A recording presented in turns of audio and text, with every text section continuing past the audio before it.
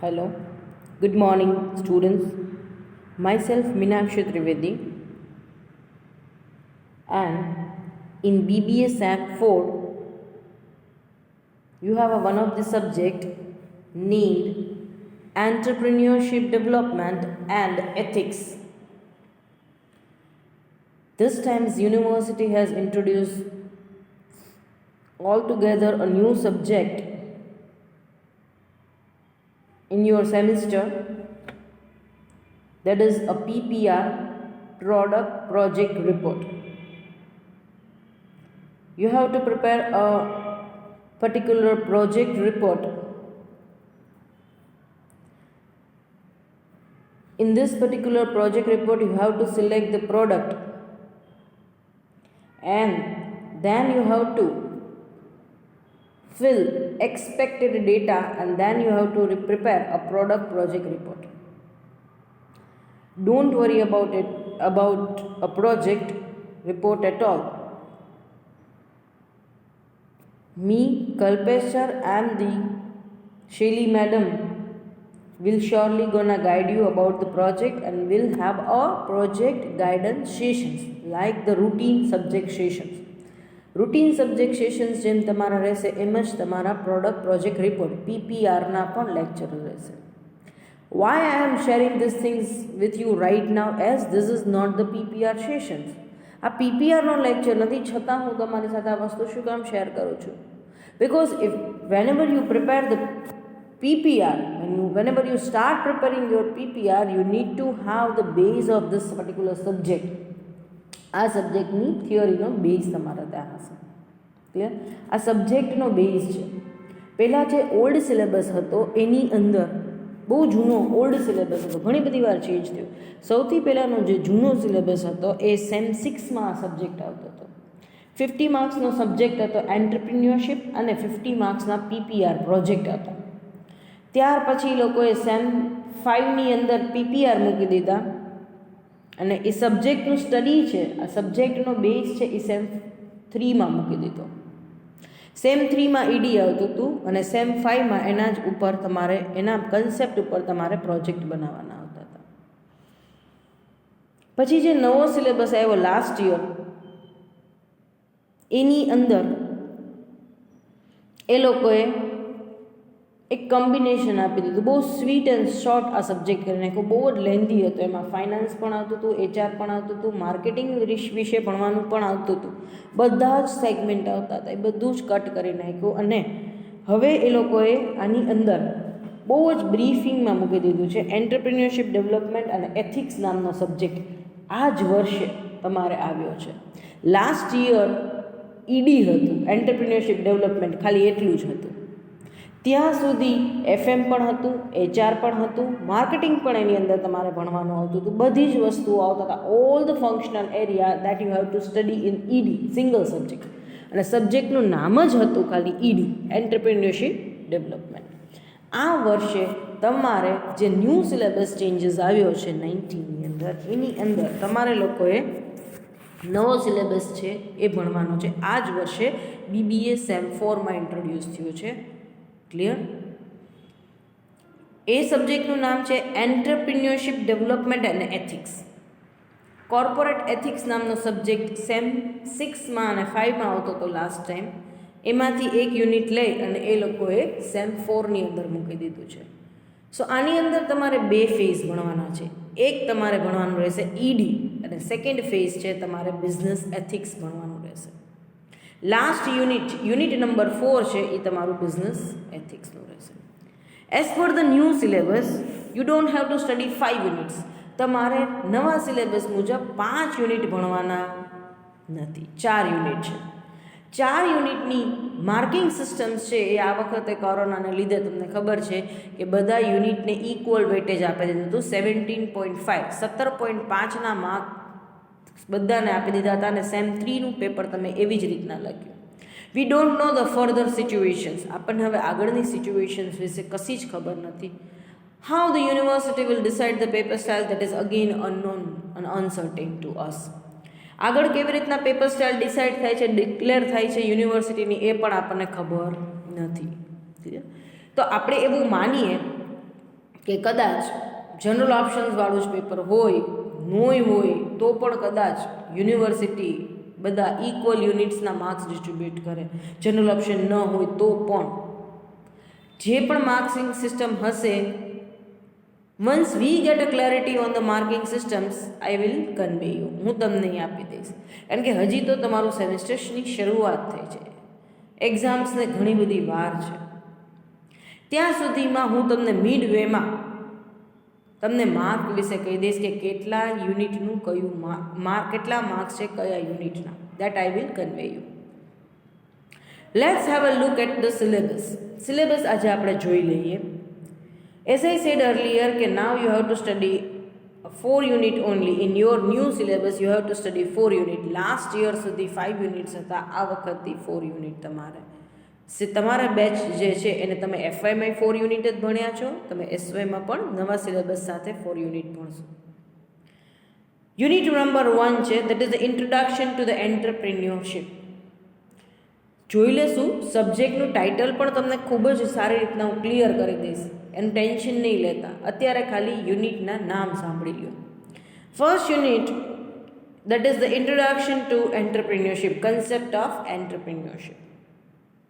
Second chapter છે, that is the entrepreneurship development programme that the government promote. Government EDP programmes કેટલા promote કરે છે એની વાત છે. અત્યારે ન સમજાય તો કંઈ ચિંતા ન કરતા, હું ખાલી સિલેબસના ટાઇટલ જ બોલું છું. એની અંદર જેમ જેમ યુનિટ આવશે I will give you the descriptive narration for the same. Clear? Unit number 3 છે, એની અંદર તમારે ભણવાનું છે startup India policy which the government has introduce. Modi ગવર્મેન્ટે આ કન્સેપ્ટ ઇન્ટ્રોડ્યુસ કર્યો છે, સ્ટાર્ટઅપ ઇન્ડિયા. ક્લિયર? અને યુનિટ નંબર 4 છે, that is the introduction to the business ethics. અહીંયા તમારે બિઝનેસ એથિક્સ વિશે ભણવાનું રહેશે. આ 3 યુનિટ છે, એની અંદર સેમ કન્સેપ્ટ કન્ટિન્યુ થશે, concept of entrepreneurship. So once you get a clarity on the first unit, you can easily refer the unit number 2 and unit number 3. પહેલું યુનિટ તમને એકદમથી ક્લિયર થઈ જશે, કન્સેપ્ટ એકદમથી ક્લિયર થઈ જશે, તો unit number 2 and unit number 3 would become the easy for you to understand and to remember. Unit number 1માં જો તમને સારામાં સારી ક્લેરિટી આવી જશે તો યુનિટ 2 અને 3 તમારા માટે ઘણા ઇઝી બની જશે, because you have a concept clarity. Things would be basic thing would remain the same, only the theory will be change.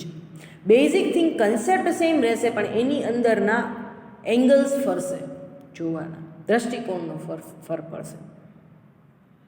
So unit 2ની clarity હશે તો યુનિટ 1ની ક્લેરિટી હશે તો unit 2 and 3 would become become easy for you.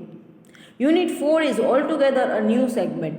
આખો તમારા માટે અલગ વસ્તુ થઈ જશે. Phase 2 part 2 business ethics. Clear? આપણે લોકો યુનિટ 1થી શરૂઆત કરીએ છીએ. ક્લિયર? એની અંદર કહે છે evolution of the concept of entrepreneurship.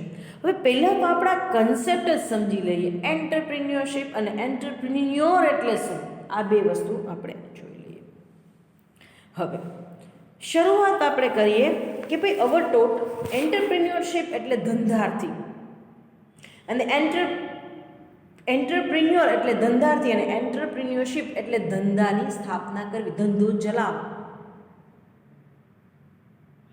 એને કહેવાય છે entrepreneurship. I am undertaking the entrepreneurship. It means I am running some business, even the small business. નાનામાં નાનો બિઝનેસ ચલાવો છો, નાનામાં નાનો ધંધો ચલાવો છો, પણ છતાં એને એમ કહેવામાં આવે છે કે તમે એન્ટરપ્રિન્યોરશિપ કરો છો. It means you are running your own business, even a small business, but your own business. તમે પોતાનો ધંધો ચલાવો છો. You are not job seeker, but as you are running your business, you are the job provider. તમે ધંધો તમારો ચલાવો છો એટલે તમે જોબ પ્રોવાઈડર છો, જોબ સીકર, નોકરી ગોતનાર નથી. એન્ટરપ્રિન્યોર એનો મતલબ શું છે? Entrepreneur means the person who undertake his on enterprise, પોતાનો ખુદનો ધંધો સ્થાપી પોતે ખુદનો ધંધો ચલાવે છે એને કહેવાય છે એન્ટરપ્રિન્યોર, ધંધાર્થી ખુદનો ધંધો ચલાવે છે. હવે પીટર ડ્રકર છે એ શું કહે છે, એના ઓપિનિયન મુજબ એમ કહે છે કે the total population of the society is divided into two part, employer અને એમ્પ્લોયી. આખી પોપ્યુલેશન આપણી છે એ બે ભાગમાં વહેંચાયેલી છે. 15% people are only 15% people are there who are the job provider, whereas 85% people are there who are the job seeker. આપણી જે total પોપ્યુલેશન્સ છે, ક્યાંય આમાં ગોચતા નહીં, મેં સ્ક્રીનમાં લખ્યું નથી, તમને કન્સેપ્ટ ક્લેરિટી કરાવડાવું છું શરૂઆતમાં. 85% આપણી પોપ્યુલેશન્સ એવી છે આપણી સોસાયટીની, ઇન્ડિયાની કહું છું, વર્લ્ડની નથી કહેતી, ઇન્ડિયાની કહું છું. આખી ઇન્ડિયા છે એની 85% પોપ્યુલેશન્સ એવી છે કે they are the job seeker, નોકરી ગોતનાર વર્ગ છે, નોકરિયાત વર્ગ છે, એમ્પ્લોયી છે. whereas the 15% populations are there who are the job provider. 15% જ ધંધાર્થીઓ છે, because people don't want to take the risk. ધંધાની અંદર risk is the basic pillar. ધંધાની અંદર જોખમ છે એ પહેલું છે. As the business situations are quite uncertain, business operate in an uncertain situation. આપણે FBOમાં પહેલી જ વખતે ભણી ગયા છે કે જ્યારે પણ તમે બિઝનેસ કરો છો, અનસર્ટેનિટી અને રિસ્ક ઇઝ ઓલવેઝ એસોસિએટેડ. તમે બિઝનેસ કરો છો તેની સાથે બે વસ્તુ જોડાયેલી છે, risk and uncertainty. It is unavoidable because business depends on the future point of time and the future is always uncertain, difficult to forecast. આ વસ્તુ આપણે F5 ની અંદર FBOમાં જોઈ જ ગયા છે. ક્લિયર? તો આખી પોપ્યુલેશન્સ છે એ આ બે ભાગમાં ડિવાઈડ છે, 85% અને 15%. If you wish two develop the Nations, દેશનો વિકાસ કરવો છે તો શું જરૂરી છે? તો કે if you wish two develop the economy, તમારે અર્થતંત્ર, અર્થવ્યવસ્થા તમારી સ્ટ્રોંગ બનાવી છે. જો તમારા દેશનું અર્થતંત્ર સ્ટ્રોંગ હશે, આર્થિક રીતના દેશ સદ્ધર હશે તો જ એ ડેવલપ થશે. જો તમારે તમારા દેશનો વિકાસ કરવો છે તેને આર્થિક રીતના સદ્ધર બનાવવો પડશે. If you wish two develop the nation, then you need to boost the economy of the nation. હવે ક્યારે થશે? The government has realized these things કે if we go for industrialization, then economic prosperity and growth is possible. It can be expedited, વધારી શકાશે, speed up કરી શકાશે. આપણે કહે છે ને એક્સલરેટર મારવું, સ્પીડ કરવું. ક્યારે ધંધાનો મીન્સ દેશનો વિકાસ કરી શકાશે? whenever we go for industrialization. ઔદ્યોગિકરણ થશે તો જ ઉદ્યોગો વધશે, આવક વધશે અને ઇકોનોમી સ્ટ્રોંગ થશે તો નેશન્સ ડેવલપ થશે. So government has realized these things carefully. If the industrialization would be there, then development of the nations is possible. દેશનો વિકાસ તો જ શક્ય છે કે જેટલું બને એટલું ઔદ્યોગિકરણ થાય, ઇન્ડસ્ટ્રીયલાઇઝેશન થાય. ઇન્ડસ્ટ્રીયલાઇઝેશન માટે શું કરવું પડશે? તો કે you require to boost the entrepreneurs, require to develop the entrepreneur. ધંધાર્થીઓ ઊભા કરવા પડશે. You have to promote and motivate the entrepreneurs. તમારે લોકોને પ્રોત્સાહિત કરવા પડશે, પ્રમોટ કરવા પડશે ધંધો શરૂ કરવા માટે. And this concept of the entrepreneurship is very important one because the success of the nation depends on only and only the entrepreneurship. કેટલા ધંધાઓ તમારે ત્યાં છે, ધંધાર્થીઓ તમારે ત્યાં છે, કેટલા ધંધાનો વિકાસ થાય છે, કેટલા ઉદ્યોગો તમારે ત્યાં દેશમાં સ્થપાય છે અને ચાલે છે, એના ઉપર દેશની વિકાસ, દેશની સદ્ધર. યુએસ આપણા કરતાં પાછળ હતું, ચાઇના આપણા કરતાં એક ટાઈમમાં ઇન્ડિપેન્ડન્સ પછી પાછળ હતું, સ્વતંત્રતા મળી ત્યાર પછી ચાઇના અને યુએસ આપણા કરતાં પાછળ હતા, છતાં આજે લીડ કરે છે. શું કામ? એને ડ્યુ ટુ ધ ઇન્ડસ્ટ્રીયલાઇઝેશન. ત્યાં ઔદ્યોગિકરણ ખૂબ સ્પીડે થયું છે. That means US government and the Chinese government has promoted the industrialization in a very very manner. અત્યારે શું કરે છે નરેન્દ્ર મોદી? સ્વદેશી અપનાવો, vocal for a local, startup India policy. Yes, આપણે યુનિટ 3 માં ભણશો સ્ટાર્ટઅપ ઇન્ડિયા પોલિસી. આ બધું શું છે? Modi government has taken the initiative for industrialisation. એને ખબર જ છે દેશનો વિકાસ કરવો છે, દેશને આગળ વધારવો છે, તો એક જ વસ્તુ હેલ્પ કરશે, એ જ કરવી પડશે, દેટ ઇઝ ઇન્ડસ્ટ્રીયલાઇઝેશન. કેટલી સ્વરોજગાર યોજનાઓ કાઢી છે તમે જુઓ, વેબસાઇટ જુઓ. Government promote the lots of small and the cottage industries and the micro industries. લઘુગૃહ ઉદ્યોગો, કુટીર ઉદ્યોગો ખૂબ જ પ્રમોટ કરે છે ગવર્મેન્ટ અત્યારે. Government provide lots of subsidy for a person who wish two start up the business. Government ખૂબ સબસિડી આપે છે જેને ધંધો શરૂ કરવો છે. આ સ્ટાર્ટઅપ ઇન્ડિયા શું છે? To promote the entrepreneurs. Startup ઇન્ડિયાની અંદર એ જ છે કન્સેપ્ટ કે તમારી પાસે if you have a innovative idea to start up a new business and if it add up a value in the economy, જો એમાંથી આવક થશે એ આઈડિયામાંથી, that if the idea is profitable, તમે ગવર્મેન્ટને શેર કરો, government will provide a fund for the same, અને તમે ધંધો શરૂ કરો. સ્ટાર્ટઅપ ઇન્ડિયા પોલિસી છે ગવર્મેન્ટ, મોદી ગવર્મેન્ટે ઇન્ટ્રોડ્યુસ કરેલી છે. વાઇબ્રન્ટ ગુજરાત, વાઇબ્રન્ટ સમિટ દર વર્ષે ગવર્મેન્ટ કરે છે. અને ફોરેનથી અહીંયા બિઝનેસ લઈ આવે છે. એફડીઆઈ, ફોરેન ડાયરેક્ટ ઇન્વેસ્ટમેન્ટ શું છે? ફોરેનરો પાસેથી પૈસા લઈ આવે છે કે તમે અમારા ઇન્ડિયન ઇન્ડસ્ટ્રીઝમાં રોકો. ઇન્ડિયાની અંદર ઇન્ડસ્ટ્રીઝ ચલાવવા માટે ફોરેનથી ગવર્મેન્ટ પૈસા લઈ આવે છે. Attract the FDI.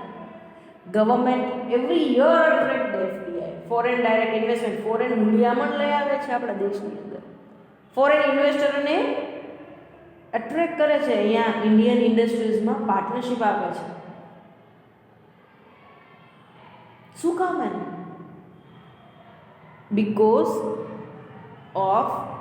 because he wants to lead the industrialization. કારણ કે ઇન્ડસ્ટ્રીયલાઇઝેશન એને ખબર જ છે ઇન્ડસ્ટ્રીયલાઇઝેશન આવશે તો it would be the solution of lot many problem.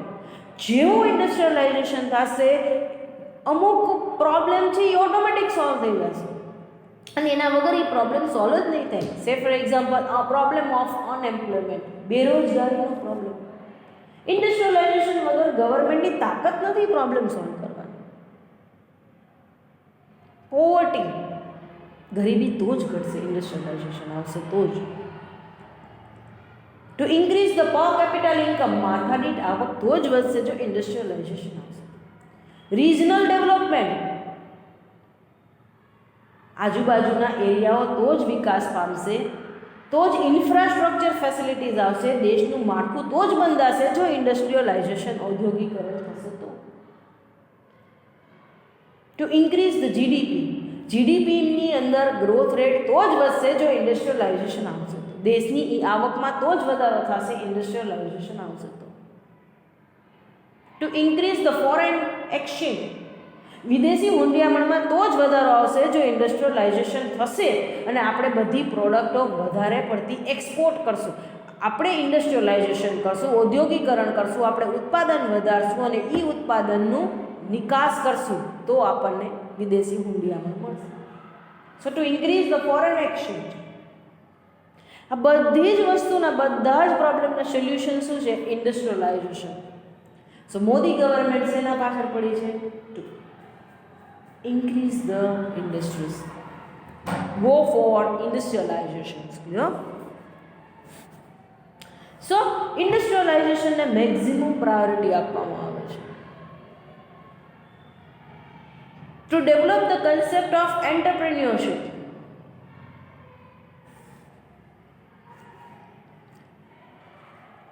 so અહીંયા શું કહે છે કે ભાઈ entrepreneurs, whether they are born નો. જન્મજાત કોઈ ધંધાર્થી ઊભું થાય છે? તો કે ના. You can develop the entrepreneur over a period of time by providing the certain training, by cultivating the certain skills. ધંધાર્થીઓ જન્મજાત હોય છે, જન્મથી નક્કી હોય છે કે આ વ્યક્તિ છે એનામાં આવા લક્ષણ છે તે ધંધાર્થી બનશે? ના. You can develop the entrepreneur, તમે ધંધાર્થી ઊભો કરી શકો છો એનામાં અમુક આવડત કેળવીને. You can inculcate the certain required skills and you can develop the entrepreneur over a period of time by providing the certain professional, even the training. So government has designed the certain programs for the development of entrepreneur. Government આપણે જે second યુનિટમાં ભણશું EDP, entrepreneurship development programme, ધંધાર્થીઓને develop કરવા માટેના અમુક professional programmes અને courses ગવર્મેન્ટે ડેવલપ કર્યા છે, ડિઝાઇન કર્યા છે, અને that the government offer this particular programmes to develop the skills of entrepreneur, to inculcate the skills which are required for entrepreneurship. ધંધાર્થીને જે પોતાને ધંધો કરવા માટે જે સ્કિલ્સની રિક્વાયર્ડ છે, આવડતની જરૂર છે, એ ડેવલપ કરે છે by government provide the professional trainers. Government trainers આપે છે, ગવર્મેન્ટ ટ્રેનિંગ પ્રોગ્રામ્સ, તાલીમના પ્રોગ્રામ્સ અરેન્જ કરે છે અને એમાંથી એને શીખડાવે છે how to undertake the business, how to lead the business, how to be a leader અને how to lead the team of follower. એની અંદર શીખડાવવામાં આવે છે ધંધો કેવી રીતના કરવો, ધંધાને કેમ સ્થાપવો, કેમ ચલાવવો અને કેવી રીતના એક લીડર તરીકે વર્તવું અને કેવી રીતના બધા ફોલોવર્સને તમારે ગાઈડ કરવા, એ વસ્તુ શીખડાવવામાં આવે છે. સો એ વસ્તુ છે concept of entrepreneur. Entrepreneur they are not the ordinary person. ધંધાર્થીઓ કોઈ ઓર્ડિનરી વ્યક્તિઓ નથી હોતા. They are different from the ordinary person. એ ધંધાર્થીઓ છે એ બહુ જ અલગ છે. ભલે આ એન્ટરપ્રિન્યોરનો કન્સેપ્ટ તમારા સિલેબસમાં નથી, સીધો એન્ટરપ્રિન્યોરશિપથી કન્સેપ્ટ ચાલુ થાય છે, છતાં આપણે આ કન્સેપ્ટ લઈશું. પહેલાં સમજશું એન્ટરપ્રિન્યોર એટલે શું અને પછી આપણે સમજશું એન્ટરપ્રિન્યોરશિપ એટલે શું. ક્લિયર? સો ધંધાર્થીઓ આમ વ્યક્તિઓ નથી હોતા. There is a difference between the entrepreneur and the common person. Entrepreneur they are the person who are a visionary leader. Visionary leader હોય છે લોકો, અગાઉથી બધું જ ભાંકી શકતા હોય છે. Dhirubhai Ambani is known as a visionary leader. Ratan Tata visionary leader. They forecast the things, they visualize the things and then they try to achieve the things. આ બધા વિઝનરી લીડર કહેવાય. So entrepreneur he is the person who have a vision. Visionary leader હોવા જોઈએ. Who have a creative ideas. A person is a creative in the nature. He don't think in ordinary manner. He ordinary manner, routine manner માં વિચારશે નહીં. He always think out of the box. કંઈક creative વિચાર હશે, એના innovative વિચાર હશે. Innovation and the creativity is the base of, is considered as a basic pillar of entrepreneurship. એન્ટરપ્રિન્યોરશિપના બેઝિક પિલર છે એ કયા છે? ઇનોવેશન અને ક્રિએટિવિટી.